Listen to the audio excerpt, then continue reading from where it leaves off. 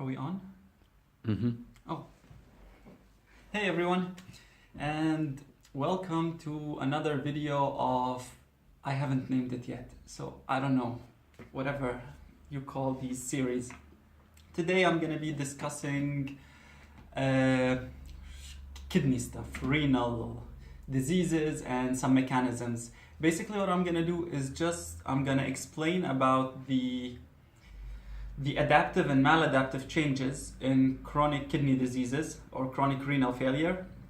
And then I'm gonna explain and try to give you some mnemonics to help you memorize all the different types of renal syndromes, like RTAs, renal tubular acidosis, and Liedl, Barter, Gittalman, all of these guys, okay? So let's get to it. Yeah, and just one thing, I know I'm gonna maybe if you're gonna look at your lecture, you're gonna see that I'm skipping some stuff here and there, but it's because I want to go in one continuity with the ideas only about the kidney. So maybe I'm gonna skip the bone physiology and just stick to the tubular stuff, to the good stuff, the difficult ones. Okay, so let's get to it. All right, so we're talking about adaptive / maladaptive changes.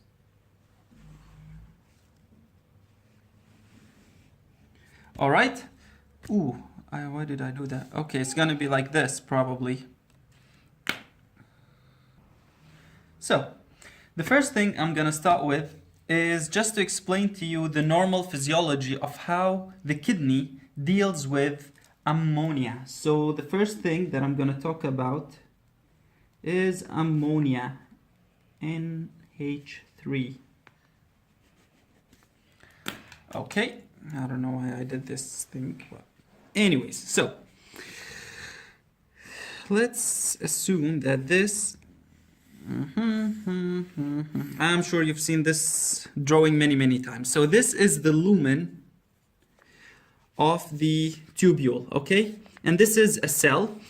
When we talk about ammonia, then it's probably, or surely, it's the proximal tubule. And this is the blood side.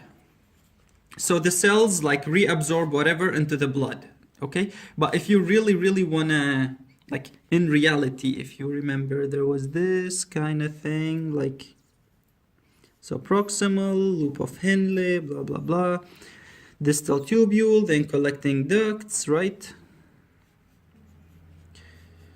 Something like that, right? This is the nephron, and here, okay, not in blue and red, here around it, comes an afferent vessel, and then an efferent vessel. So we said that there's an afferent that comes into the kidney, and then there's an efferent that goes out of it, right? And then this efferent goes around the tubule, and here you get this exchange between the blood and the tubule and the lumen. So this is what we mean by blood, a cell, like a proximal or distal cell, whatever, loop, and the lumen, okay? So, moving on. Here is the lumen, this is the proximal tubule. Now what happens is that in the proximal tubule, whenever these cells sense any acidity, so if there's increase in the acidity, so in H+, whether it's in the blood or in the cell, this pen's not writing, okay, or increased H in the cell or in the lumen. So whenever there's increased acidity, these cells can sensitize it, and then they start the ammonia genesis. So then starts the step of ammonia genesis, which is, as we all know, it's NH3, right? Now here's the thing, the NH3, it's a gas basically, so it can diffuse easily through the wall membrane, and then it gets to the lumen, because this membrane is permeable to it. So now we got here NH3. Now what happens is that this NH3 will meet this H+. So we said here there's an H+, right? When there's acidity. And both of them, they will meet. And they will make what? Exactly. NH4, ammonium, okay?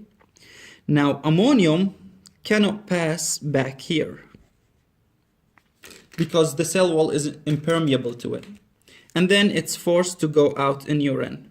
And this is how we get rid of the... And you see this ammonium is very, very safe. So we get rid of 4 H's, 4 H's, and each one of them could, could make an acid for us, HCl or something. So instead of it forming a strong acid, it goes out. We get rid of, it's like, credit card. Instead of getting it out cash, like one by one, we get 4 H's in one molecule, which is a safe one. So that's how the kidney does it. But then what if these two meet here inside the cell? So if you get NH4 within the cell, how does the kidney get rid of it? Easy. We have a transporter. So what do you expect this transporter to be? So we will get rid of the NH4. Okay. And then we need to bring in, this is an antiporter, something positive. What do we usually need? What do we reabsorb? Of course, sodium. All right. So this is how we get rid of this NH4 for sodium. And then it's a win-win. We get rid of it again, and sodium is reabsorbed, as we always want to reabsorb as maximum as possible in the proximal tubule. Okay, because the sodium is high and it has a high gradient from lumen to blood side, because a lot of it gets filtered out here. Okay, so this is it. This is all about ammonia.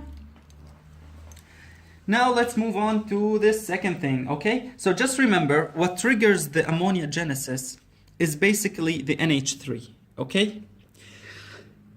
Now here's the thing, I can add one more thing. Okay, let me add it here. Usually I add it way later, but for now let me add it here. What happens if you have low potassium, hypokalemia? Okay, this is way too early to talk about, but since we're talking about the same thing, I'm just going to explain it now. So what happens in hypokalemia, we know that here there's an antiporter of HK, right? H, okay, let me write K and H, right? And it goes like both ways. What happens in hypokalemia? In hypokalemia, meaning low potassium in the blood, the cell will try to give potassium to the blood. So the K will be going out, right? And H will be going inside. You see that? So this is trying to solve these things. These are like, together. This is the K, trying to compensate it. And then what happens is that H plus goes in. And now what happens is you have something. Okay, let's say this cell is normally not acidic, not alkalotic. But you have only this, but only hypokalemia. This hypokalemia will cause more H to come into the cell, causing something called intracellular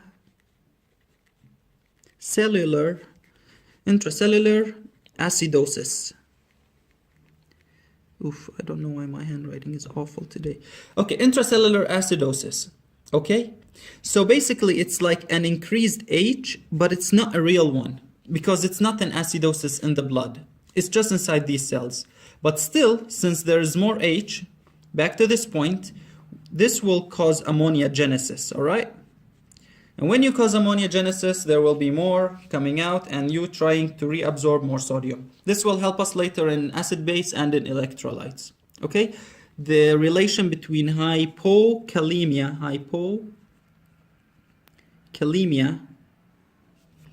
and the NH3 genesis or NH4. Whichever one you call it. And vice versa, of course, when there's hyperkalemia, the opposite will happen and there will be decreased ammonia genesis. All right, so that's it about the ammonia. This is the ammonia, okay? Now let us move on to something else. So this was ammonia. Now let's talk about phosphate.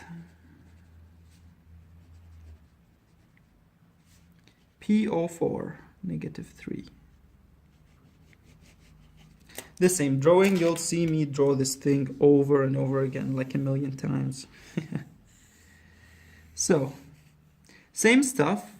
You got the lumen, you got the blood side, and you got the cell. Which cell is this? Phosphate, meaning it's proximal tubule. So, proximal tubule. All right, what happens here? In these cells, we have a transporter that is sodium and phosphate.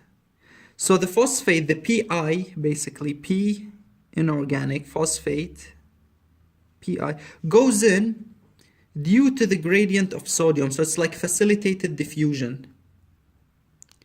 Okay? They go together and that's how it's reabsorbed. But how is it controlled? So this one has, it needs no energy. It just works as long as there's high gradient of sodium from lumen towards blood. But what happens is that this channel by itself, this transporter, is controlled by two things. So one of them that comes from the blood, okay, 1, 2. So one of them is, as we know, Pth, Parathyroid Hormone. What does it do? Now Pth increases the endocytosis of this transporter, meaning it goes in and it gets degraded, and that's it. So it's as if that it's destroying it. This one causes, okay, I'll write it here, increased endocytosis of the NPT, sodium phosphate transporter, NPT. Okay? And the other one is called FGF, the fibroblastic growth factor 23, FGF23. This is secreted from the bones, okay? So this is like here, bones, and this is, parathyroid, right? So FGF, what it does, it simply just inhibits. So it doesn't destroy it, it just inhibits it. So this one we can put a minus here, the sign? Eventually, both of these, they decrease the NAPI inside, the MPT. And what happens when you kind of cancel it, you lose in urine the sodium and the phosphate, okay? So this is what happens here. All right, you lose here sodium and phosphate, or you can just keep it Pi, it doesn't matter. Now let's just go one step back. One step back to how all of this is controlled. We know that PTH and FGF, both of them, are controlled by what? They are controlled by the level of phosphate. So if there's an increase in PO4, I think this one is not so clear. Okay, let's try this color. Yeah. So increase in PO4 or decrease in calcium will both trigger or activate PTH and FGF, and this will cause the loss. So of course, obviously, increase PO4, then we need to get rid of it. Okay, or decrease in calcium, then the same thing, PTH, right? Additionally, just for PTH, okay, here, if you have any adenoma, adenocarcinoma, or anything, okay, or even a paraneoplastic, like an outside, like a small cell carcinoma that can secrete PTH, it will cause more and all of this, loss of sodium and phosphate. So paraneoplastic, okay, paraneoplastic, adenoma, anything wrong in the parathyroid, okay, parathyroid hormone. Uh, what else? Just so you would know, between these two, the parathyroid, okay, where's this color here? The parathyroid actually stimulates or increases the FGF. So the PTH acts on the bones to make FGF, secreted more. While FGF, you can think of it as the end product. If it's the end product, then it has to have a negative feedback, right? So FGF decreases it. This way they can both stay in a balance.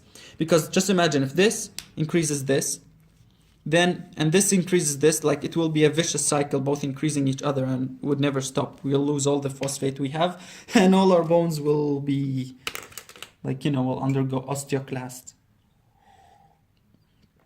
Okay, so this is phosphate. All right, and yeah, this is about it. If there's anything like later, I'm gonna mention to you. So let's move on to another thing, which is aldosterone. This is very, very important, guys. Aldosterone. Now, where does aldosterone work? Try to guess it before so we got the lumen. Yes, distal tubule. Distal, and sometimes or to little extent the collecting duct. Okay, and here's the blood side. Now, the thing how all this starts is, okay, let's put the very, very main, so here you got, I'm gonna make it like this, okay? Aldosterone, this is the aldosterone hormone molecule, whatever it is. So it will come and connect to its receptor, right? This receptor is called MC receptor, the mineral corticoid receptor. If you remember, aldosterone was a mineral corticoid. We had also glucocorticoids like cortisol. So these two bind, right? Okay, one time I was given a class and everyone started shouting, no, it's not like this. So yes, it's not like this. The receptor is actually intracellular. So it's within the cell. I always make the same mistake and I always correct it the same way. I don't know why. Okay, so the receptor is intracellular, not extracellular. All right, so the aldosterone binds to it. Let me make it here in red again. To the MC receptor. What happens then, this is the MC receptor. What happens then is that this gives a secondary message stimulating another channel, okay? One that has this star. Star means it uses ATP. So this one stimulates something.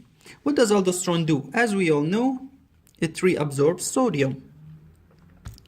Now, what channel reabsorbs sodium and uses ATP? Yes, exactly. It's the NAK ATPase, okay? So this stimulates NAK ATPase, all right? Now we have K inside. Now, where did we get this Na from? It should be here, coming from the lumen, right? So we need another channel that brings in sodium. Now, this channel is an antiporter, okay? So no need for energy here. And since I put it should be positive or positive. What should this be? The H, okay? So this one is NaH. Now, how about this potassium? Is it just accumulating in the cell? No. This one will also go out, but by these open channels. So this just flows in so easily because the channels are open. Now it's out via these. This is called the ROMC channel. Okay? So it just flows out. Like whenever there's an increase in potassium, it goes out right away. Okay? Now here, let's just take a broader look at what happened here. So we have here the blood side. So what meaning we gained? And here, this is the lumen side. And here we lost. So as a result of aldosterone activation, or as a result of aldosterone, we gained sodium, right? We reabsorb sodium, so we gained sodium. And with sodium always comes great responsibility, water. What did we lose? This one and this one. And we lost K, right? So if aldosterone increases very, very, very, very much, like if there's something wrong with aldosterone, what will it lead to? A lot of gain of sodium and water, and a lot of and a lot of loss of H and K. How do we name it? I mean, clinically, if you gain a lot of sodium, this causes hypertension, no? If you gain a lot of water, that's hypervolemia. Now, I know you're gonna tell me not necessarily, because when you gain sodium, it's hypervolemia. And when you gain water, usually if it's more, you should name it as natremia, hyponatremia. It depends on the ratio, yes. But just generally, if they're both gained together, you will have a hypervolemic hypernatremia, okay? So you have a lot of sodium, hypertension, a lot of water gain, hypervolemia. What happens if you lose a lot of acid? Then you get alkalosis.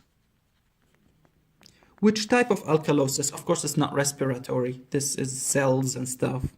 So simply metabolic alkalosis. What happens if you lose a lot of potassium? Easy. Hypokalemia. All right. So these are the effects of aldosterone whenever it increases too much. What happens if you have hypoaldosteronism? The opposite.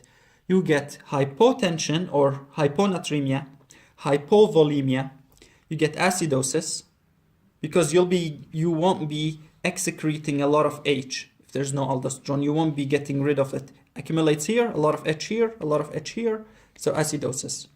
And the K won't go out, stays K here, hyperkalemia, okay? Hyper, if there's too little. Now let's make a bridge, or like a reminder. So Kim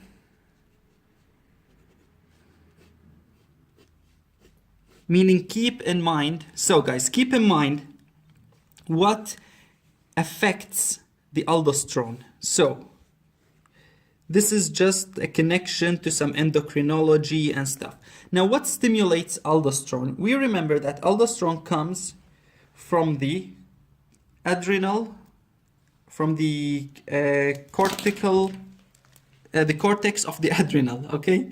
The adrenal cortex, okay? So if you have adrenal adenoma or adenocarcinoma, anything, malignancy or benign disease, all of which are it can cause increased aldosterone. All right. What else causes a lot of aldosterone? Any disease, it can be secondary. So basically, there are a lot of diseases that make the person that will cause a loss of sodium. And if you lose sodium, so secondary activation of Rass, Renin-Angiotensin-Aldosterone system. So here is the aldosterone. If you have a lot of renin-angiotensin, okay, I'll remove the secondary. So if you have increase in Rass, whether it's a renin adenoma or if you have just any loss, let's say causes, okay, I'm going to mention them now, but I'll mention them later. If you have something like Gitelman or Barter, okay, or any cause that causes basically sodium loss, Na loss, or a hypovolemia, these two will cause activation of Rass system, okay? And one additional idea, it's a teeny little idea, okay? Remember that this MC receptor isn't only activated by aldosterone, which is a mineral corticoid. It can be activated by glucocorticoid. glucocorticoids, if there's like in Cushing syndrome, if you have a lot of glucocorticoids, glucocortics, so if you have a lot of them, they will sensitize the receptor and you will get the same effect eventually. Okay? So glucocorticoids, as in Cushing's, also may cause this. Cushing's disease or syndrome, whatever. Okay? So this is just some reminder of, few stuff. And this is aldosterone. Now, yeah, we're done with it. So let us move on to, I think I'm gonna keep it this way, and in the next video, I'm gonna be explaining about the RTAs 1, 2, and 4, and about Gitelman and Barter, Gordon, and Liedl. So these are in the next video. This is just because here I didn't explain about any diseases yet. Add in details. This is not details. All right. So guys, good luck with your study, and see you in another video. Find me, Marco Polo.